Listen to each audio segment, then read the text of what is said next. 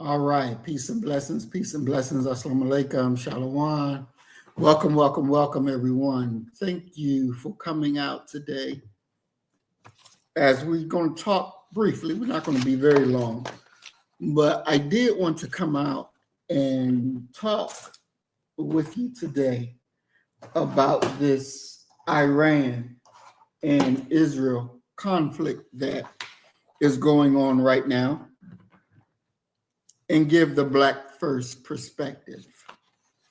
And so what I'm going to do first is that I'm going to share my screen. And we're going to look at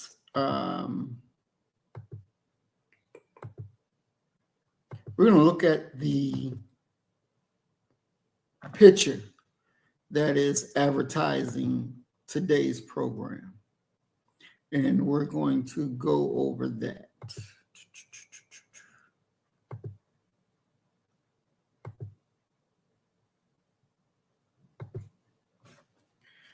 Okay, so you should be able to see the picture for today's program.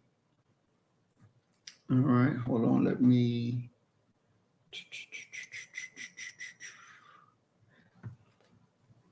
get this little thing together because my computer still needs to be fixed. So I'm not using my computer that I normally use. Let's see. Okay. So what we're looking at the picture that I used for today's program, for its advertising for today. And you see, you have the eagle, which represents America. Then on the left, you see the Iranian flag, and on the right, you see the Jewish flag. In the middle, you see the shadow that this humongous eagle is casting. And then you see the Black man looking at it all to come up with a conclusion. So I'm going to just break this down to you before we get too deep into the program. So the silhouette of the person looking out over the scene represents the Black perspective. By placing this figure in the foreground, the image centers their viewpoint as the lens through which the audience is meant to understand the conflict. They are positioned as a thoughtful, critical observer, analyzing a system of power from a unique vantage point shaped by the Black experience with systematic injustice and power structures. So as Black first, this is the lens, how we look at everything. We put everything in perspective. The large, powerful ego hovering over the entire scene is the most direct symbol for the United States and its government. The massive shadow it casts is the core metaphor of the program, representing American imperialism. That's what the shadow signifies, American imperialism. Just like in Britain, they would say the sun will never set on their empire because it was so vast, so large. You know, hell, if it's nighttime in England, then it's daytime in China. So the sun still has not set on this empire. The overwhelming influence, the United States' immense military, economic, and diplomatic power that looms over the Middle East. We see this where you have, we just saw a few months ago when Trump ordered the Jordanian king and the president of Egypt to come to the White House. And you remember you had the president of Egypt sitting, the king of Jordan sitting there as Trump is telling him, you're going to let in some Palestinians. You know, you're going to back this idea that we're going to take over. And you're going to be the mouthpiece for it. And the king of Jordan is sitting there very nervous, because he knows that he's under the influence of America and he has to do the bidding of what America says. The same thing for Egypt. And at some point,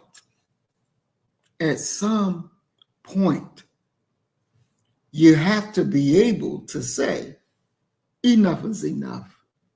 You have to be able to say, we're not doing that. So this is what that shadow represents. The hegemony, the idea that the U.S. sets the rules of the game, and the regional conflict often play out within the boundaries of the strategic interests of the United States. The unseen consequences, shadow obscure things.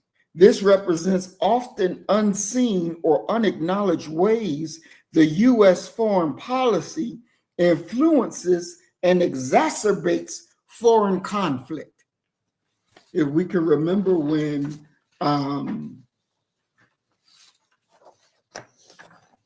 the first Iran and Iraq war, who was in there? America, saying, you know, I think you should do this. I think that you should invade. Talking to Saddam Hussein to make war on Iran, because the students in Iran took over that embassy when they brought the Iranian government down and replaced him with the Ayatollah. So the shadow that America casts has unseen consequences. Now, the geopolitical chessboard, the landscape is a chessboard, a classic metaphor of geopolitics and strategic conflict. This suggests that the actions of nations are not random or based purely on accident. Nothing happens in politics by accident. I think that was Roosevelt who said very clearly, nothing in politics happens accidental. It is all done on purpose. Animosities are calculated moves in a larger game of power and dominance. Now, when we can think back of the COINTEL program, because the same thing, America doesn't change its strategies. It doesn't change its strategy. What they do internally to break up organizations, to assassinate leadership, is the same thing that they do on the outside of the country. It don't change. Now, when they were going after the Black Panther Party, what did they do? They would write letters, type letters, and send it to what is the brother name? Bobby, no, not Bob, not Seal. It was what is that dude's name? Cleaver, Eldridge Cleaver, and what's the other guy? Eldridge Cleaver and good Lord, I need to write my notes down because I be forgetting sometimes.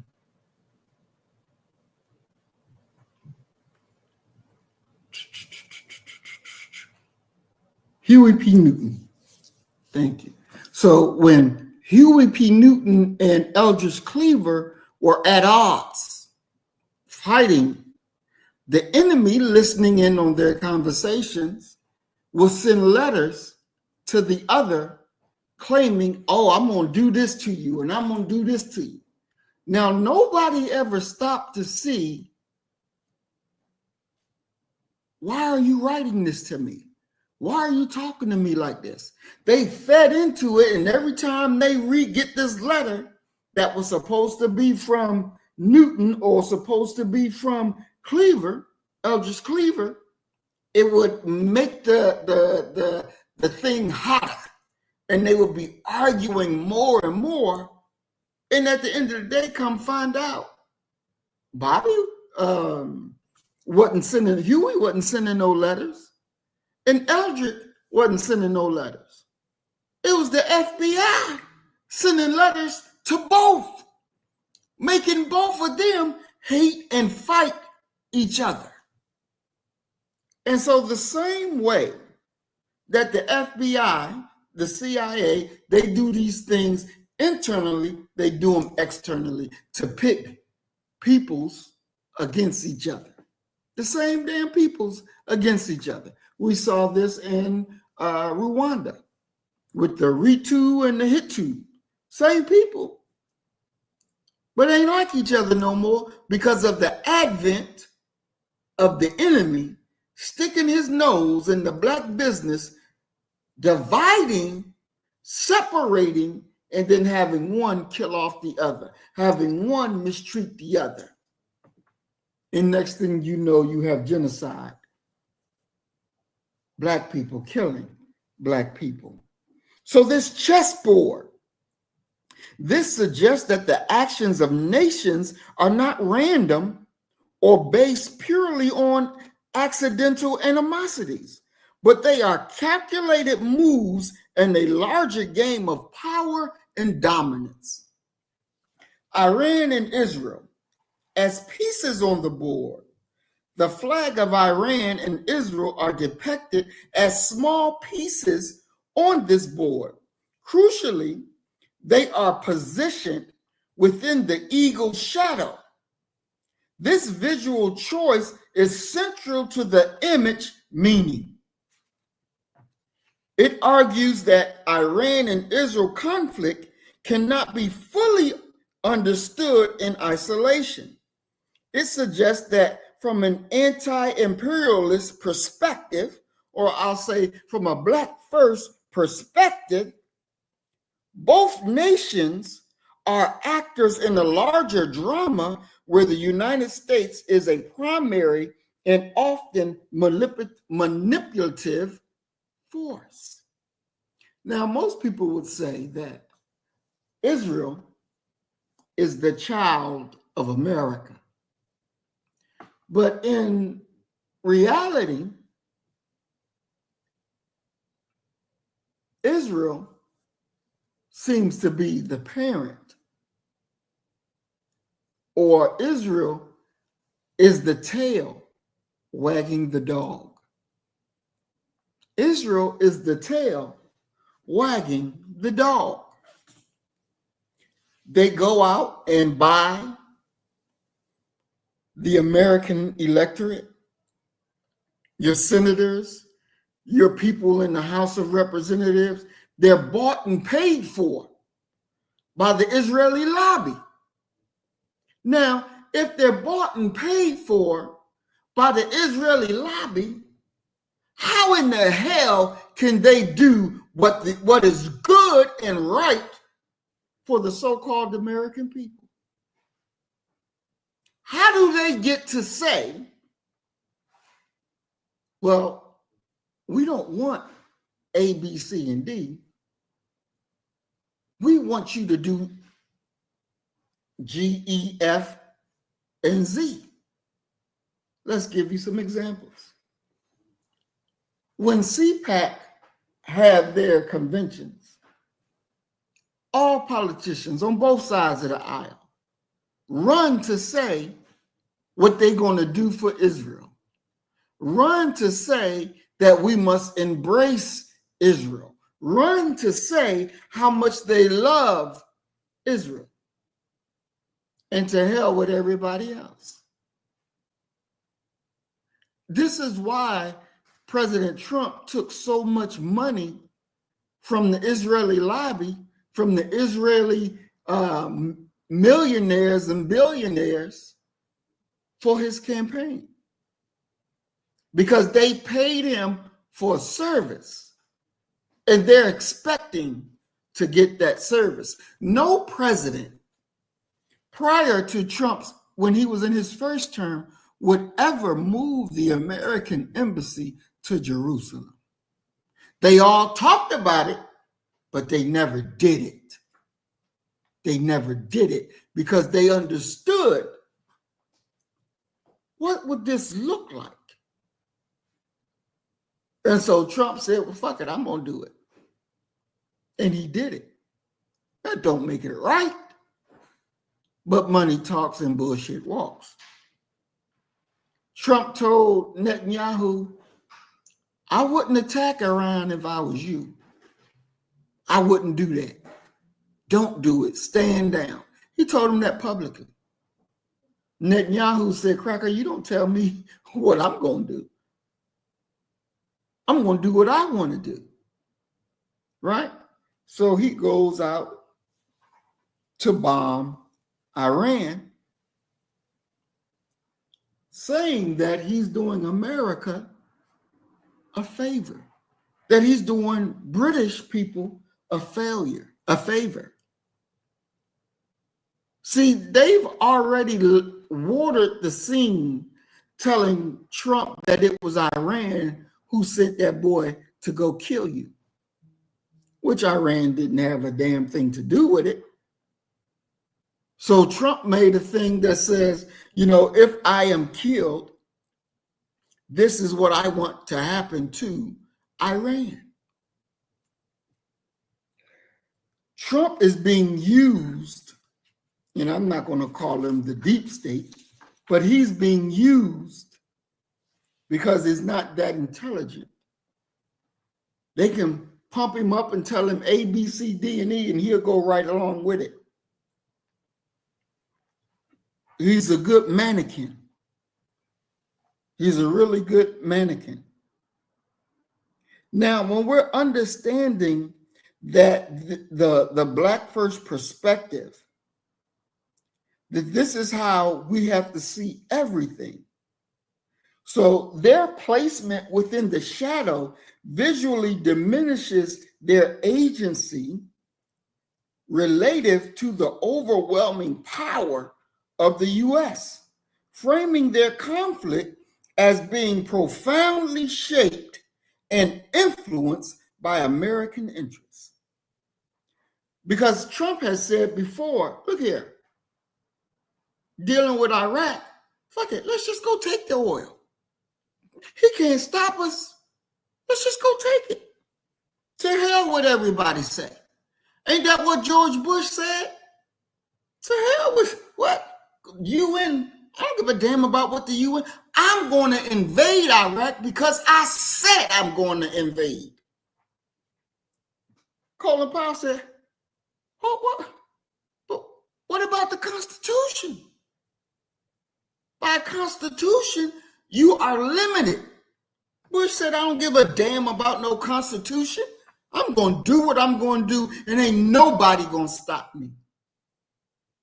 Ain't nobody going to stop me. And who stopped him? Nobody. Nobody. They bowed their heads, and George Bush went into Iraq to do exactly what was in his mind. So we have to understand the viewpoint. To understand the conflict between Iran and Israel, you must first look up and analyze the ego casting the shadow.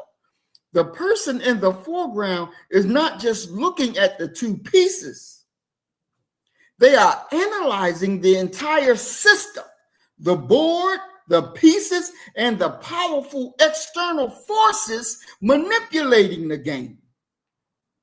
It is designed to make the viewer question the mainstream narrative and consider the conflict may be less about simple binary of two enemies and more about the complex consequences of a global superpower's projection of power. Now, why would Iran be targeted for takeover? Iran produces a good amount of oil. Iran is also a member of BRICS, who have agreed that they're not going to trade oil in only the dollar currency. They were going to be able to use other currencies to get this thing done with. So that threatens American stability.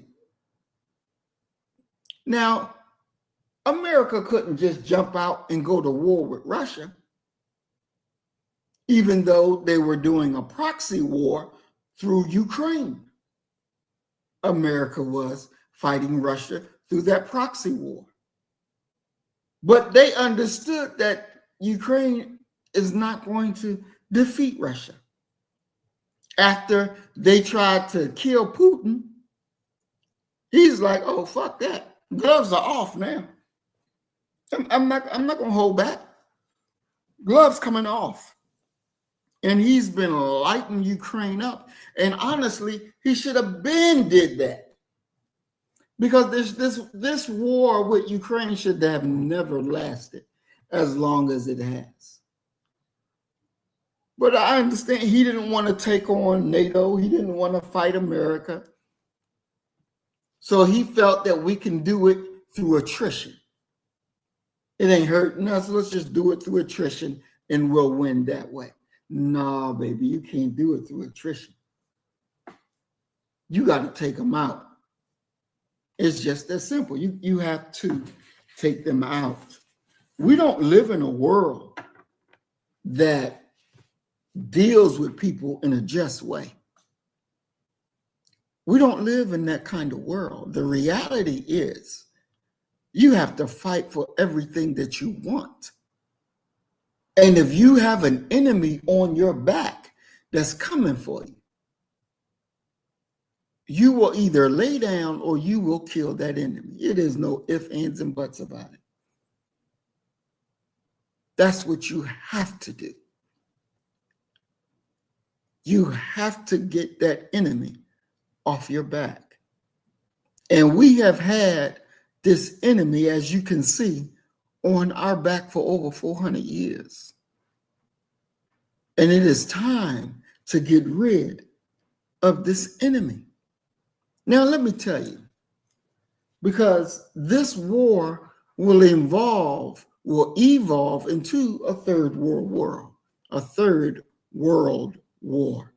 Germany is getting up and getting its military together. Why is Germany getting up and getting its military together?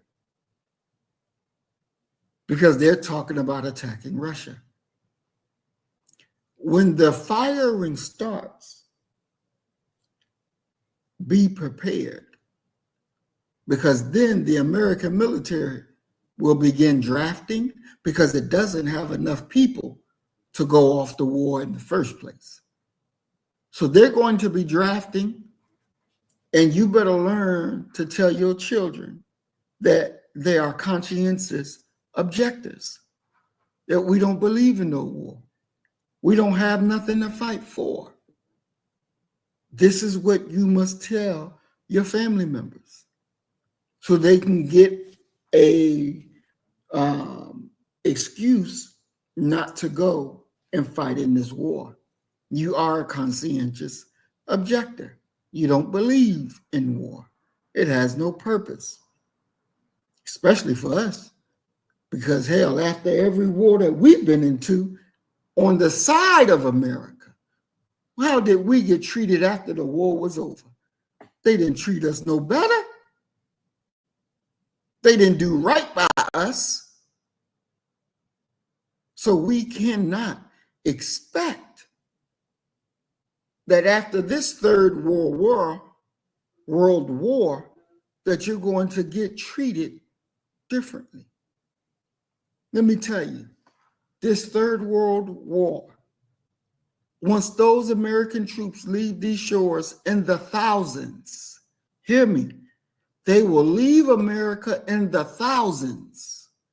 And as taught by the most honorable Elijah Muhammad, they will return in the tens. That bird that you're looking at on your screen will have no wings. That the bird that you're looking at on your screen will have no more shadow. She will be dead. There will be no longer a so-called American empire. It will be destroyed in this third world war. This is what's happening. This is the reality that we must understand, because this is the truth. This is the truth. What we're going through, what we're seeing, is not something that we have to drink our way through. We have to pay attention. We have to pay attention, because America will not survive this third world war. And we don't want our children to go across the water and die for a country that won't stand up for you right here inside of America, that won't guarantee you the freedom that you're due, the equality that you're due, the justice that you're due. Hell, they won't even look at you and give you the reparations that you're due. When it comes to us, they want to act like there has been no wrong done to us, when the reality is there's great wrong that was done to us by them, by the enemy. Great wrong. And we have to be able to understand that and treat them as an enemy will treat us. We don't have to go out and go running to them to say, can I have a hug? Let me comfort you while you're in your state of loss. To hell with that. There's no such thing as comforting your enemy. And this is the mistake that we have made over and over and over and over again. Why would you offer them love when they give you hate? They give it to you each and every time. It doesn't change. Let's take a look at this video that I want to share. And in this video from the program called Redacted. So let's look at this and we'll take it apart.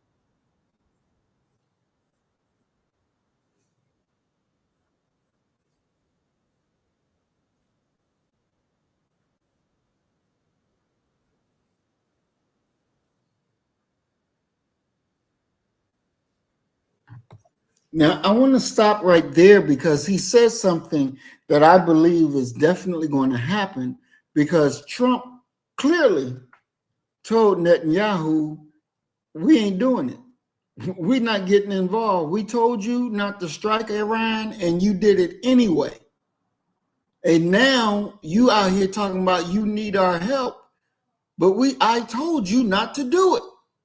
So what Israel is going to do, they will do a false flag attack. They will do a false flag attack. Hold on. Okay, well, let me try this again.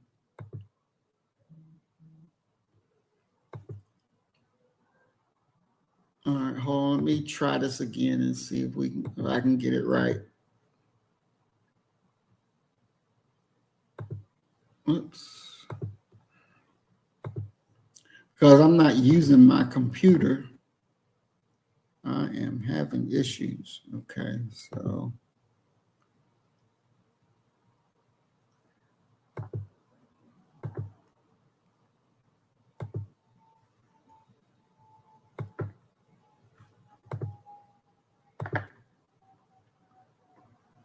Okay, let's see if I got it right this time. All right, so we're going to start the video over and see. Let me know if y'all can hear. Because this is the crisis moment. Can y'all hear it now? Trump's crisis moment, a tearing apart of his own support base, neocons crawling out from the shadows, the evil, slime, demonic warmongers like Lindsey Graham, now openly United States foreign policy again. Game on, he writes, after the first bombs dropped. Neocon warmongers surrounding President Trump, pressuring him to strike. What will his resolve be? All of this happening while true conservative isolationists, what I call George Washington conservatives, are screaming, stay out of the Middle East. It only hurts the United States. This is the greatest foreign policy test of Trump's entire career. False flag attacks across the United States. Okay, so I'm going to stop here and begin again. Because when you're dealing with Netanyahu, that cracker ain't got no upright bone in his body. And it was these people that was behind Clinton being exposed for Monica Lewinsky. Israel has so many dirty hands inside of America that they have done, whether it was bombing a U.S. naval ship, the Liberty, and killing damn near every soldier that was on that ship. Exposed Bill Clinton because Bill Clinton wasn't going to do what they wanted him to do.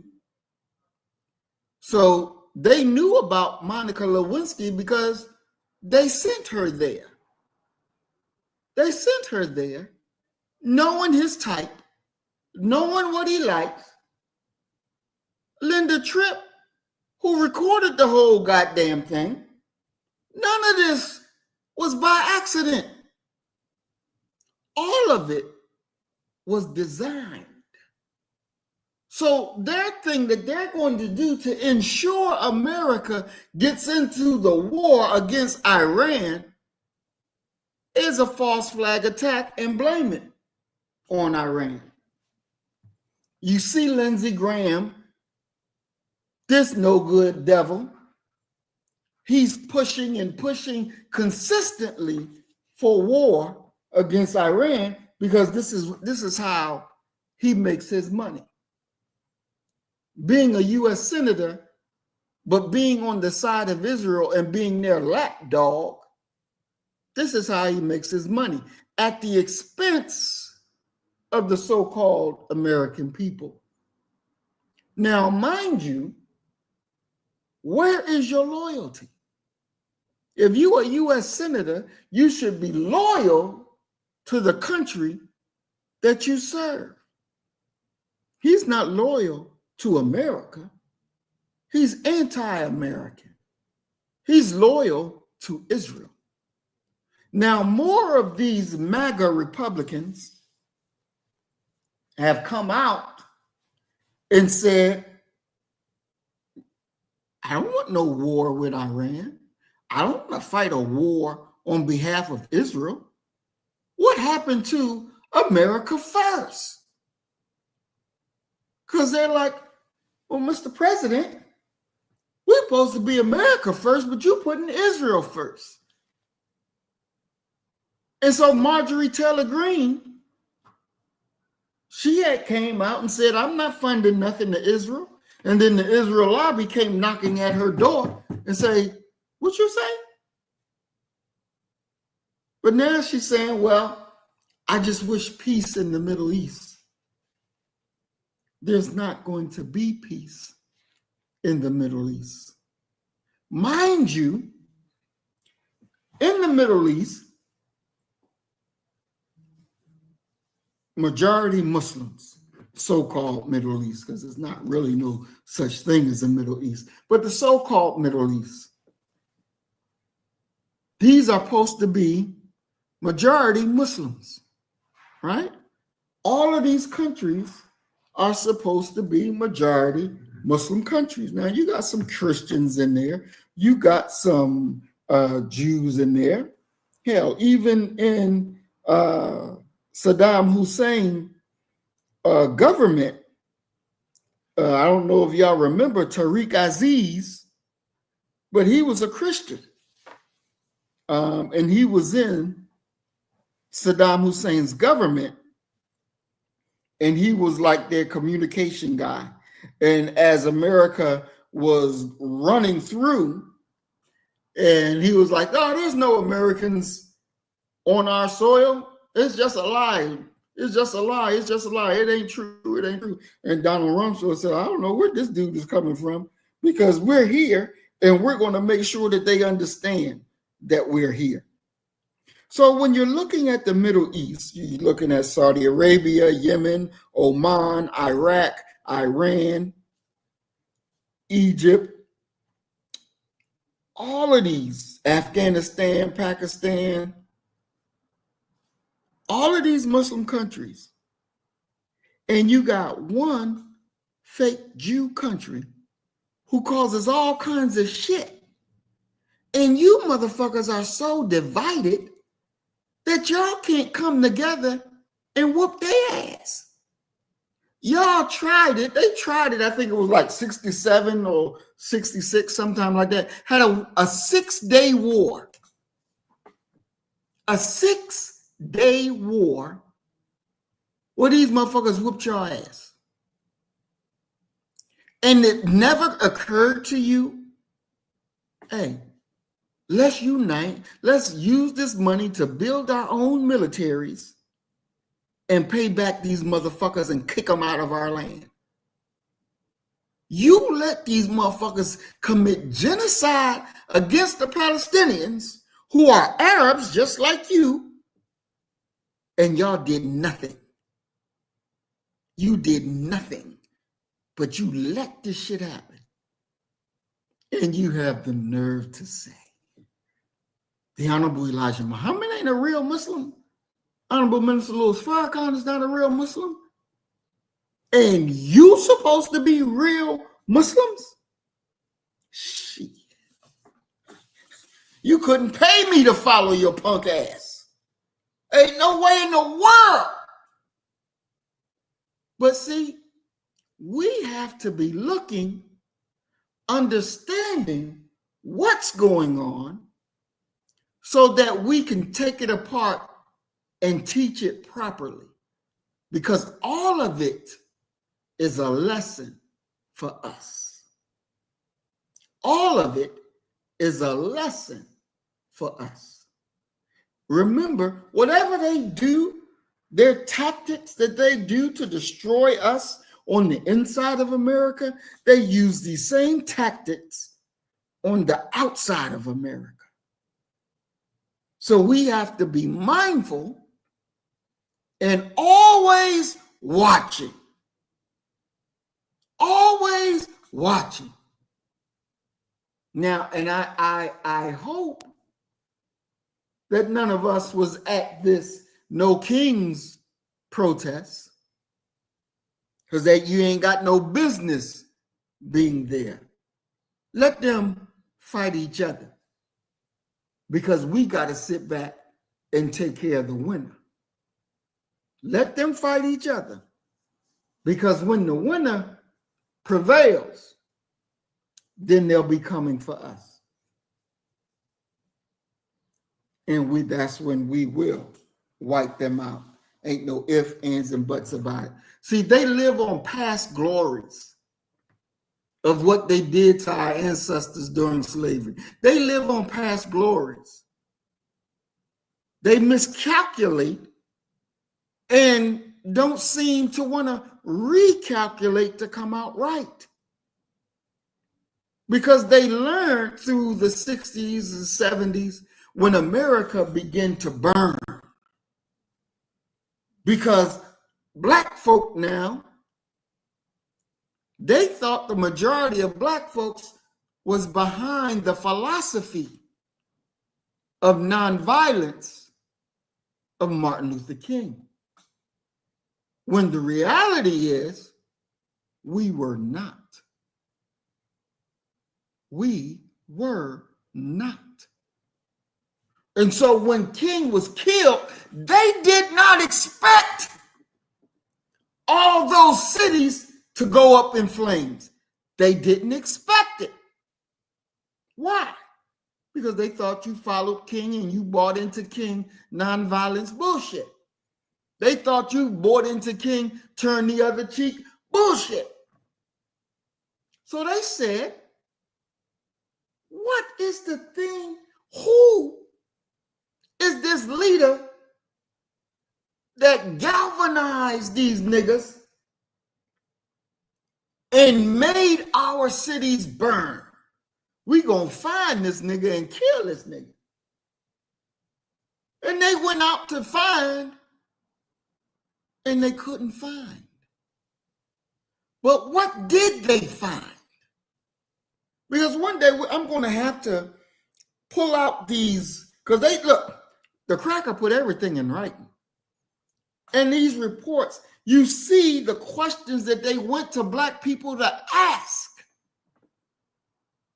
What made you, were you for violence or you for nonviolence? Did you follow Martin Luther King? Did you believe in what he wanted? No, I don't believe in nonviolence. I don't believe this. I don't believe that. So why did the city burn? Because y'all killed the man who wanted to love you, who reached out to you to be your brother. And look at how you paid him back. So damn, if you paid him back that way, what you gonna do to us? No, we want to show you something. And so the cities went up. The cities went up. They found in our youth a backbone that wasn't there prior, that they were proud to say, I'm black and I'm proud. They were proud to wear their afros. That blackness gave them a backbone that said, you're not going to break me, but I'll light this motherfucker up. Their blackness and their unity, because through the TV, they were getting a shared experience. They're seeing police brutality right in front of their face. They're seeing them sick the dogs on black people. They're seeing this, and this internally is building up a rage against our enemy. And so when that red line was crossed and cities began to burn, because our united blackness said, it's time to strike. There was no one leader to do it. It was through the TV that united our minds, our spirit, our hearts. And then the next thing was the action. See, as we watch the Palestinians being killed before our face, you saw the Muslim world be silent. You saw the what they call the Hittus, or whatever they call, was firing at America and Israel. But the vast majority of the Muslim world was silent. Oh, and thank you, Mayat, that's true. The hoses, they saw the water hoses as well. Now, all of this produces a shared thought of what? When the Honorable Elijah Muhammad said that the white man is the devil, and you seeing what's being done to our own people, it produces an agreement that yes, the white man is the devil. Now, when you understand that the white man is the devil, you don't go to sleep around no devil. You don't play with no devil. You execute the devil because you know they are not on your side. And so now, in our current state of affairs for Black America,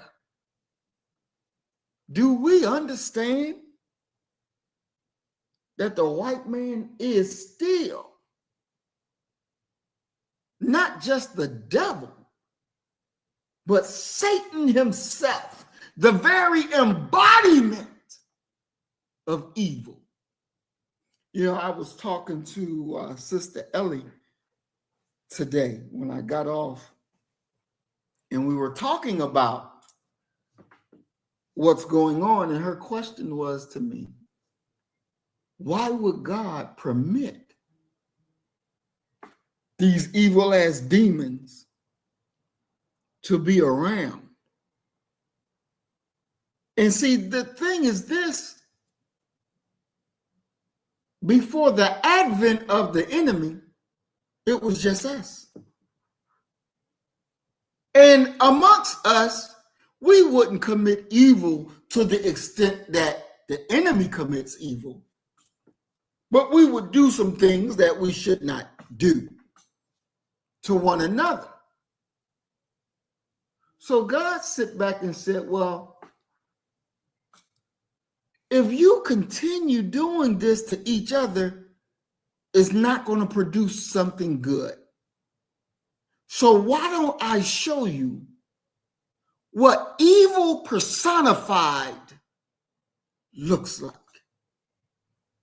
So that in you, that you see and you feel what evil looks like, that you would hate evil so much that you would not return to any bad behavior, that you'll be fully ready to live out your righteousness without even a second thought. So this enemy is the personification of evil, of wickedness. And it should stink so bad in your nostrils that when you come to power, you won't look to do any of that evil or wicked behavior because you've suffered enough and you know what that behavior reproduces. Look, America, the original settlers that came here from Britain were all criminals. Were all criminals. Their mind was bent on criminality. You have to, if you did not see the book study, Fall of America, Sister Mayat, if you remember which book study it was that you talked about the history of the peoples that came to America and their criminality. If you can remember, because I don't remember what chapter that was, but if you can remember what chapter that was, please post it in the chat, because I want them to go back and look at this, how you broke that down. Because if you're thinking that these demons were all good people, well-faring, decent human beings, you're wrong. You're wrong. America started in criminality. Its lifeblood is criminality. And this is just the reality of the situation. The lifeblood of America is criminality. So, Sister Maya, if you can remember which chapter that is that we did, that you broke that down, if you can share that in the chat, please. So I'm going to continue with the video. It states threats of sleeper cells and a narrative being built in real time to push us into war. Just a reminder, Trump's own administration confirmed that Iran is not building a nuclear weapon. The IC continues to assess that Iran is not building a nuclear weapon, and Supreme Leader Khamenei has not authorized the nuclear weapons program that he suspended in 2003. So what happens next will define the Trump presidency, maybe the survival of our... Now, okay, so Sister Maya saying probably chapters 30 to 32 or 27 to 29. If y'all can go back after the program or sometime and just watch so you can understand the founding of America.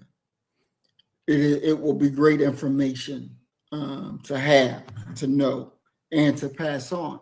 So Tulsi Gabbard, who's over the intelligence agencies of America, she said that they know Iran doesn't have any nuclear weapons, and that the Ayatollah, the religious leader of Iran, will not allow them to even produce nuclear weapons as weapons.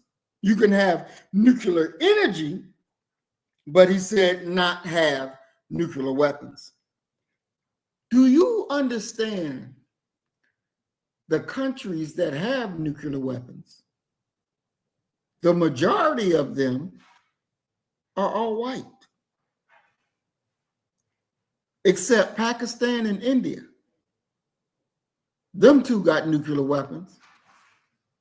Now, the British ruled ruled India, right? And India and Pakistan are the same people. The Pakistanis and the Indians are the same damn people.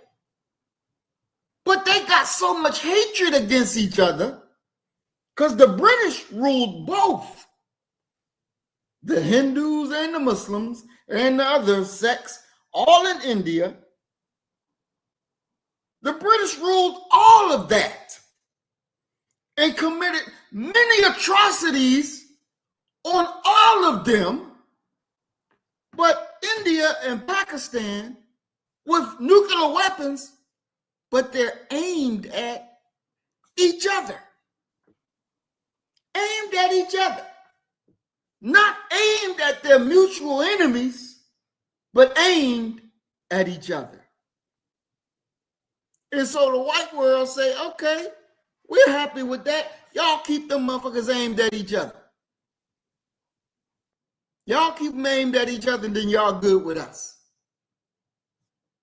And here you have a nuclear-armed Pakistan, a nuclear-armed India, but they're aimed at each other, their own fucking people.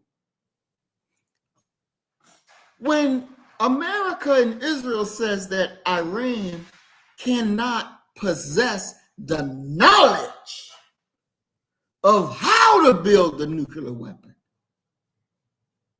not just you can't have it, but you can't even possess the knowledge of having it. Woo! Can you imagine? Can you imagine what they call it, the caucasity of the whole damn thing? That you can't even have the knowledge of how to make it. Now, South Africa had nuclear weapons. But when the blacks took over and the whites went out, the nuclear weapons went out with them. So the question has to be, why can no dark nation have nuclear weapons? Why is it? Would a dark nation decide to light Britain on fire? To light America on fire? To light France on fire? Britain on fire? Portugal on fire? Spain on fire? See, they don't want that. They don't want you to have a nuclear weapon. But look here, if I had a country, you damn right I have me some nuclear weapons. I would have it. Because we know without it, you open season. Once Gaddafi got rid of his nuclear weapons, we don't have no Gaddafi no more. But when he had his nuclear weapons, they were yeah with him, but they didn't fuck with him because they knew he got the power to wipe your ass out. His mistake, his error, was trusting that this group of crackers is somehow better than the previous group that you've been dealing with.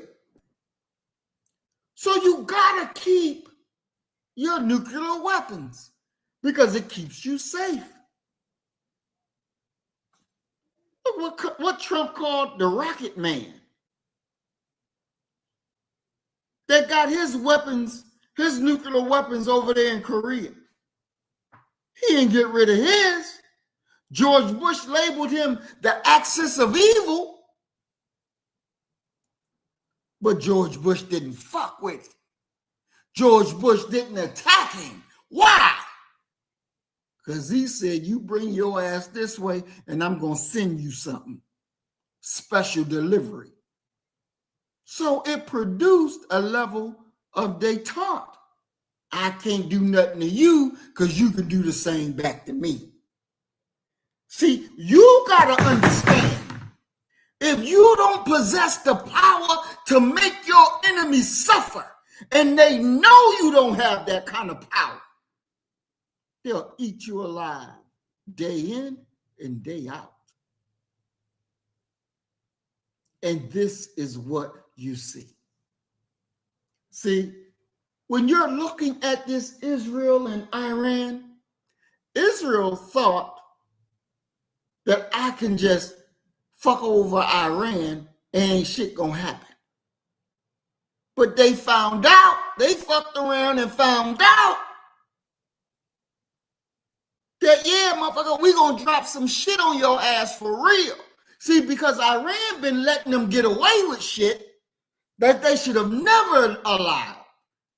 Well, you killing Iranian scientists, you killing Iranian generals, You just striking them at will, blowing up their embassies at will. And you have Biden telling them, you can respond, but don't respond too forcefully. Who the fuck are you to tell me how I can respond when my country is attacked? See, that's that shadow, that's that influence that controls. See, they'll say, La ilaha illallah, there's no God but Allah. But over in that Muslim world, America is the God. America is the God. And that's what they bow down to. Because that's exactly what they have been doing. Let's finish this. Our republic itself. We'll get into all of that because over the past 24 hours, we've seen a massive escalation in this war. I woke up on this Father's Day, Sunday, to a boatload of news. By the way, happy Father's Day to all of you fathers out there. So first, we need to bring you up to speed on the devastating escalation over the past 24 hours in the Israel-Iran war, because it's moving fast and it's changing the entire world order. BRICS nations lining up behind Iran, sending them weapons. Western countries like the United States and the UK and Germany now lining up as expected behind Israel. Iran's capital city on fire this morning. Massive airstrikes in Tehran a few hours ago. 15 airstrikes hit next to Iran's parliament building. They destroyed Iran's IRGC headquarters. The Iranian Intelligence Ministry building in Tehran no longer exists. It's now gone. Then Israel struck Iran's nuclear agency headquarters. The escalation is happening in real time after Iran sent a devastating attack on Israel overnight. I stayed up late watching all the developments in Israel as Iran was attacking and destroying Israel's main missile factory, military installations in Haifa, after Israel struck oil refineries in Iran. Then Iran destroyed Israel's key oil refinery, which supplies over 60% of oil refining capacity to Israel. Hundreds of missiles hitting downtown Tel Aviv, which in many areas turned to rubble. It almost looks like Gaza. It's hard to tell the difference. Those cars destroyed and debris everywhere. Now I am the collateral damage. I look horrified at what happens in Gaza, but now it's like in my back door. Israel says targeting and assassinating Iran's leader Khomeini is now on the table. I'm sure Iran feels that same way about Netanyahu. Meanwhile, Iran says no. Now, they did, from my understanding, they targeted Netanyahu's compound where his family lives. And unfortunately, he wasn't there. I wish he was there because they should have blown his ass up. But when you're dealing with the enemy, because you see the bombs that was dropping in Tehran, which is the capital of Iran. You saw the devastation that was happening in Israel. And now the Israeli people are living like the Palestinians now. You done blew up all their homes, now your homes are being blown up. It is so much, it's imperative that we really understand that nobody gets away. Nobody gets away. Nobody gets away. Israel is one of the most dirtiest countries. And I don't mean dirt as in trash laying around, but their deeds are so fucking dirty. Are so fucking dirty. That they always say, oh, we have a right to exist. No, you don't. No, you fucking don't. You don't have a right to exist. Look here, Hitler wasn't wrong about every damn thing. He wasn't wrong about every damn thing. There's a reason why everywhere these fake motherfuckers go, they're not liked. They're not liked. Even the Bible's called them the synagogue of Satan.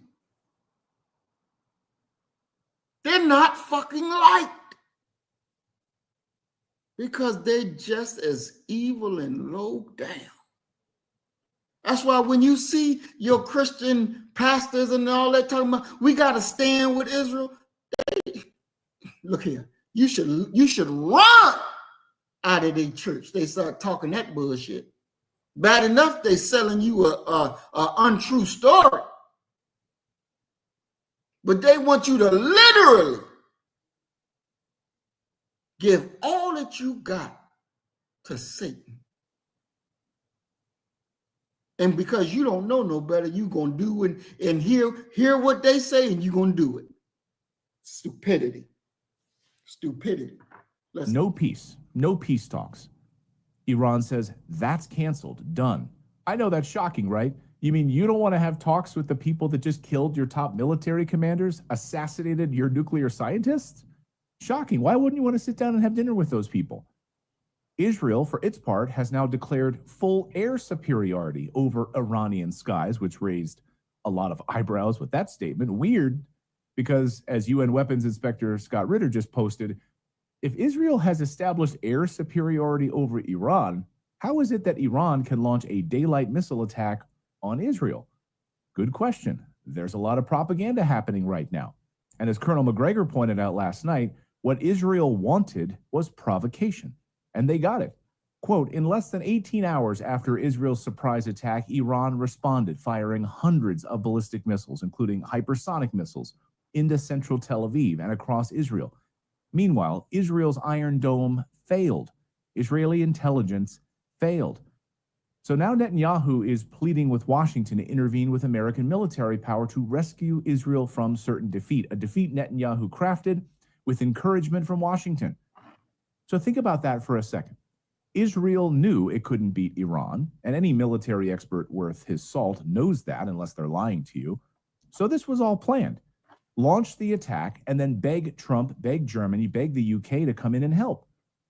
More on that part of the story in a second, because this was a trap set for Trump, and he walked right into it, or he walked into it intentionally. As Daniel Estelin said, this was all done to entrap President Trump, forcing him into this war. Watch. But Israel's strike on Iran, and I'll get to Trump in a second, Trump's helplessness, Trump's confusion, the split in MAGA, where the overwhelming majority is against Israel in general and against Christian Zionism of these neocons. We do, unfortunately, and I really do mean unfortunately, Alex, Trump has fallen into a real trap, and from all sides. He did not get out of the war with Russia and Ukraine. He got involved in the war with Iran on the side of Israel. And guess what? Iran fell for it. Then they were attacked, and Iran didn't take 2 months to respond like the last time. Iran immediately launched a massive retaliatory barrage, hundreds of ballistic and cruise missiles targeting key Israeli military sites. This was Friday night. They even hit Israel's version of the Pentagon. Trey, I know they don't want you to show it, but how badly was their version of the Pentagon, Israel's version of the Pentagon, hit? Footage from Iranian state TV shows missiles lighting up the sky, hitting targets all over Israel. So much for that Iron Dome, or the Arrow system, or any of the other systems that Israel has. As Colonel Mack pointed out, it failed. How did it fail? Well, we now know that Iran launched hundreds of 20 to 30-year-old missiles. The Iron Dome went after them. And then, while they were going after the 30-year-old missiles, Iran launched this, state-of-the-art new missiles, hypersonic missiles that flew right through Israel's defenses, hitting targets like this one in Haifa. You can see the older missiles dancing up in the Iron Dome skies, and then watch the new missiles hitting their targets. Nearly all missiles that Iran fired in this wave were 20 to 30-year-old models. Israel can't stop them, and oh, by the way, no one in the West can stop them either. Can you imagine one of these hypersonic missiles hitting a U.S. aircraft carrier? Sitting ducks. And late Friday, Iran's elite Quds Force broadcast a video of direct hits on Israeli air bases. This wasn't symbolic, it was overwhelming. Multiple air bases destroyed. It wasn't broadcast on Israeli TV. And sources are telling Redacted that Iran struck targets in Israel, killing some of Israel's top scientists as well in this attack that you're seeing here on your screen. So, in other words, you kill our scientists, we kill your scientists. This is descending into chaos. Israel working around the clock to dig bodies out of rubble in Tel Aviv. Iran digging bodies out of rubble in Tehran. So in war, no one wins. No one. Meanwhile, Russia and China have condemned Israel's actions, calling them perverted and not remotely self-defense. And North Korea also now throwing its support behind Iran, saying they will come to Iran's defense. Great. They've warned that continued strikes will be interpreted as illegal aggression. So what will Russia and China do now? Remember, Iran is a big ally. China gets most of its oil from Iran. Will Russia and China just allow their ally, Iran, to collapse into a heap of rubble? No. And that brings us to the domestic side of the crisis. Back here in the United States, mainstream media, along with paid shills, have begun ramping up talking. Now, I want to stop and talk real briefly, because as he laid it out that Iran is backed by Russia and China gets most of its oil from Iran, they're all BRICS nations. What are they going to do? Are they going to allow Israel to keep doing what it's doing, America to keep doing what it's doing? No, no, no, no. This thing is going to get even wider, because now Germany has stepped up and said, okay, but we need to retool our shit, because look here, we're going to war. So the word over there in Europe, and they're telling, hey, look, y'all citizens, y'all better get that shit together, because we about to go pound for pound. We about to get into a war. So over there in Europe, all of those countries over there, they know war is coming. They're getting ready for round 3. It's coming. They're letting their people know it's about to be on like popcorn. So you got Russia with China, North Korea, Iran, India, South Africa, and you're going to have America, Britain, France, all the so-called, what were they? The Axis powers. So you're back again on World War III. Now, how are you looking at it, black man and black woman? What do you have stored up in your houses? Because when World War III starts, oh, it's going to get some slim pickings. It's going to get slim pickings. You have to know and be aware of that this World War III is not going to be something that's a joke. How are you going to feed your babies? How many of us have our own little gardens that we know how to grow food? How many of us have water stored up? How many of us have your quote unquote candy bars with your peanuts to go in it? How many of us are ready to defend our families? Because trust and believe, the blood is going to flow. The blood is going to flow right here in good old America. And why is it going to flow? Because when the fall happens, when that last day happens, people are going to be going crazy. Food going to be scarce. You think people were fighting over toilet tissue when quote unquote COVID came, and toilet tissue was hard to find. How's it going to be when there's no food in the grocery store?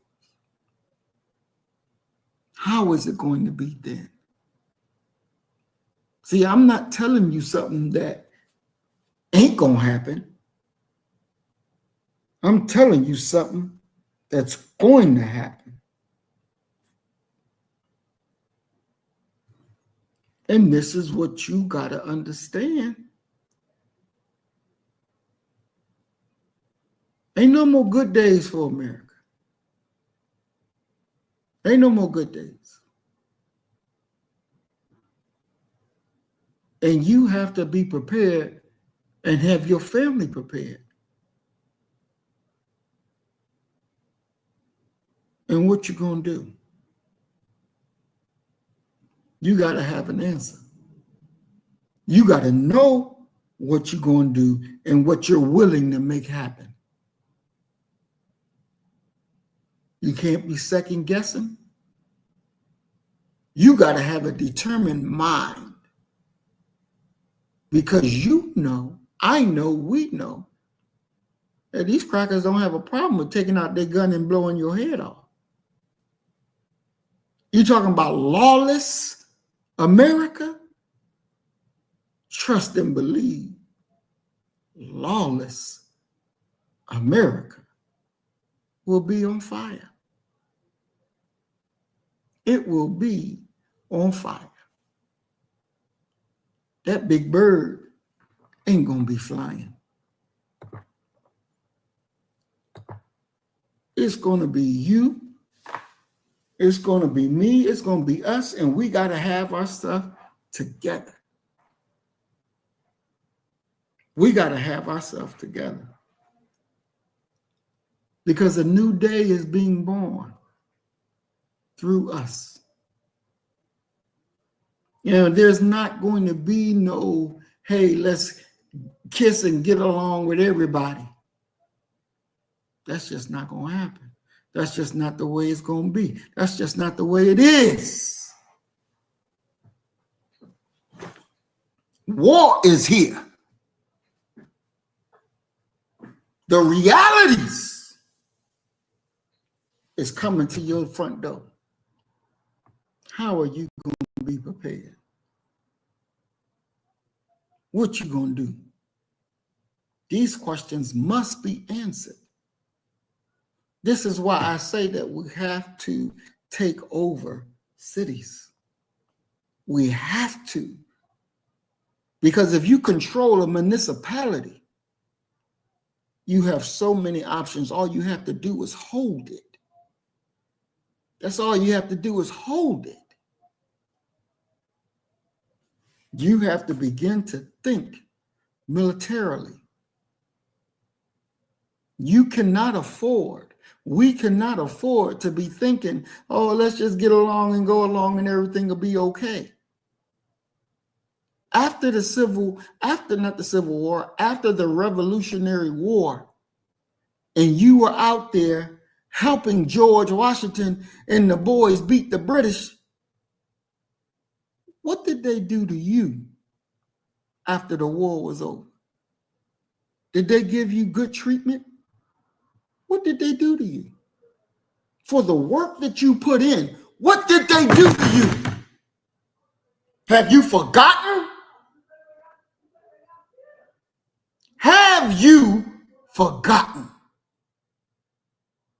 They send your ass back to the plantation. The British freed theirs, but America sent you back to the plantation. They knew what they owed you. They knew what you did they couldn't have done without you, but they sent you back to the plantation. If it wasn't for you, they wouldn't be free to this day. So do you really think after World War III that they're going to say, come on here, let's be good friends and share? If they ain't even a good friend to you today, they'll never be a good friend to you. And this is what you better understand. You see all of this protesting, no King's Day, no King's protest. That's bullshit. What does it change? It don't change nothing. Did it make Trump stop with his policies? No. Did it make him rethink a policy? No. Because it means nothing. Your right to protest is like a pacifier in your mouth. You know, when the baby began to scream, and the baby crying, and you stick that pacifier in his mouth, and the baby starts sucking and being quiet. That's what protesting is. It's a pacifier to stick in your mouth. And nothing changes. You get no substance. Nothing changes. Nothing changes from a damn protest. If you don't understand that you got to remove people from office and put people in office that refuse to sell you out, you got to put people in office that are black first. Our world vision is through the lens of blackness, not the lens of whiteness. This is how you change situations. If you don't want to do that, then you better pick up the gun and have plenty of ammunition, because you're going to need it. Because you're going to need it. Hell, you may need it regardless. Because we know that when Reconstruction and you had black senators, mayors, and this and that, I think at one place was Wilmington, North Carolina. Them crackers went through there, bombed the city, and kicked out the mayor and everything, and took it over and ruled it, and nobody came to stop them. Why? Why? Because they didn't have the power. See, you got to understand that when you make a move, you better be able to hold it. And just as low as your enemy will go, you better be able and be prepared to do the same goddamn thing. So let me just ask you. They fed our babies to alligators. This is a reality. This is what they did. And it wasn't even during no uprise. It wasn't even during a time of battle.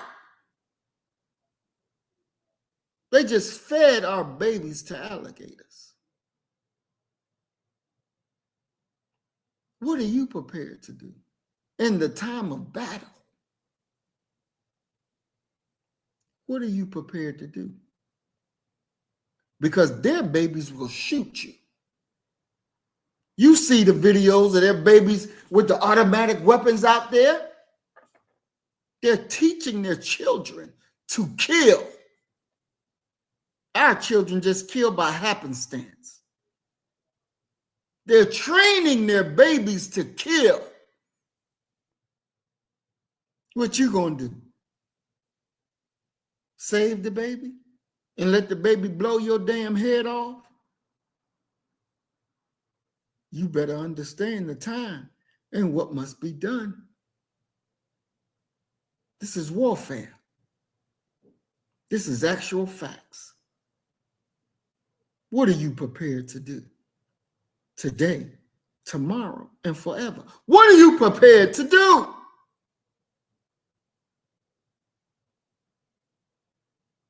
Everything that you see, in order to understand it properly, you have to see it through that black first lens.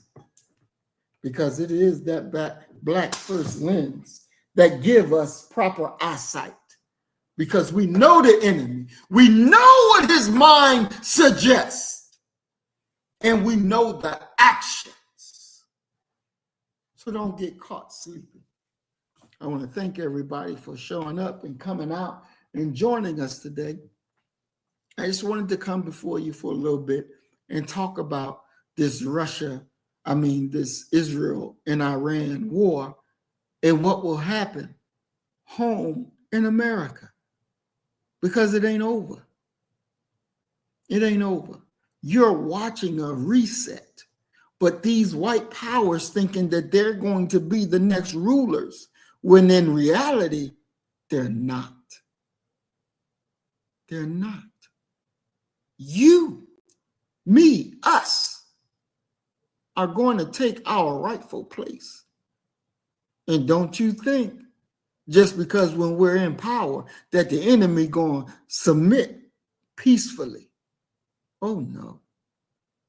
Oh, no.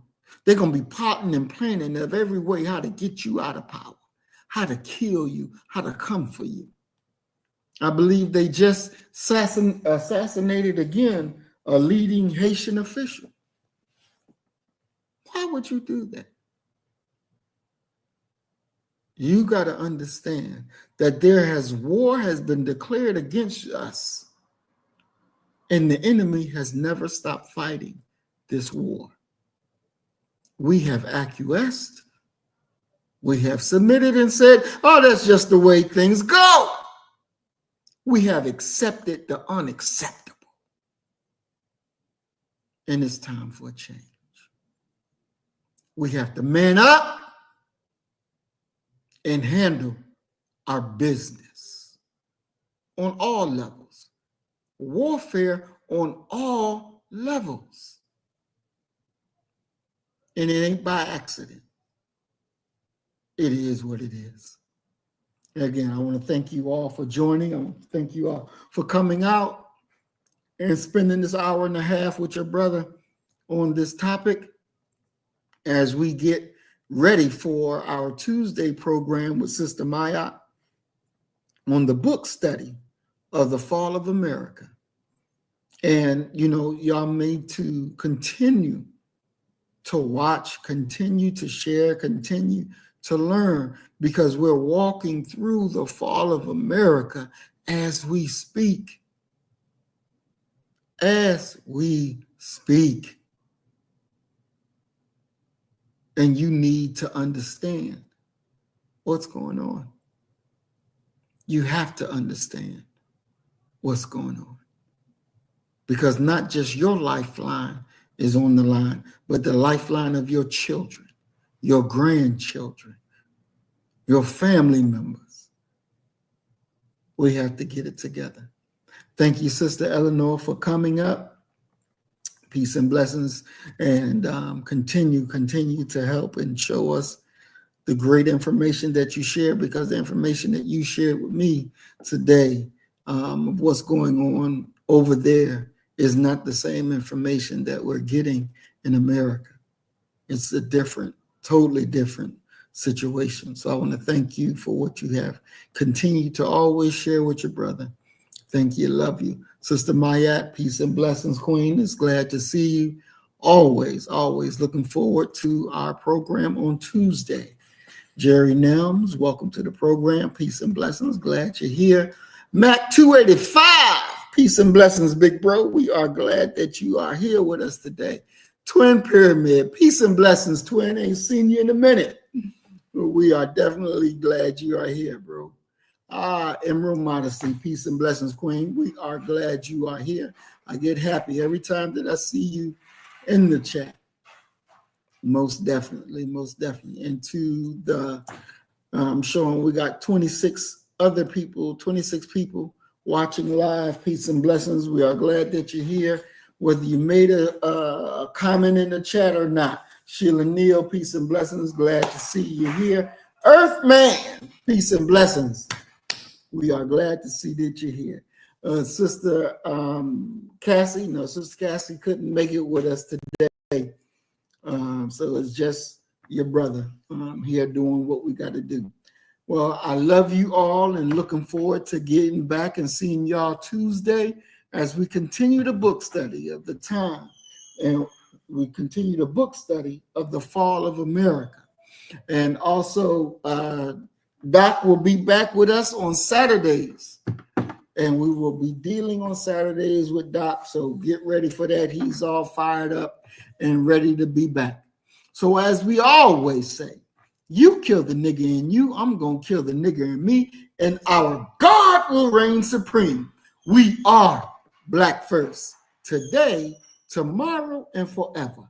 Love you, family. Peace and blessings. Assalamu alaikum. Shalom. So you better get the message and get it straight. You're going to need some bridge work. It's simple as that. Because we're living in judgment. We're living in implementation.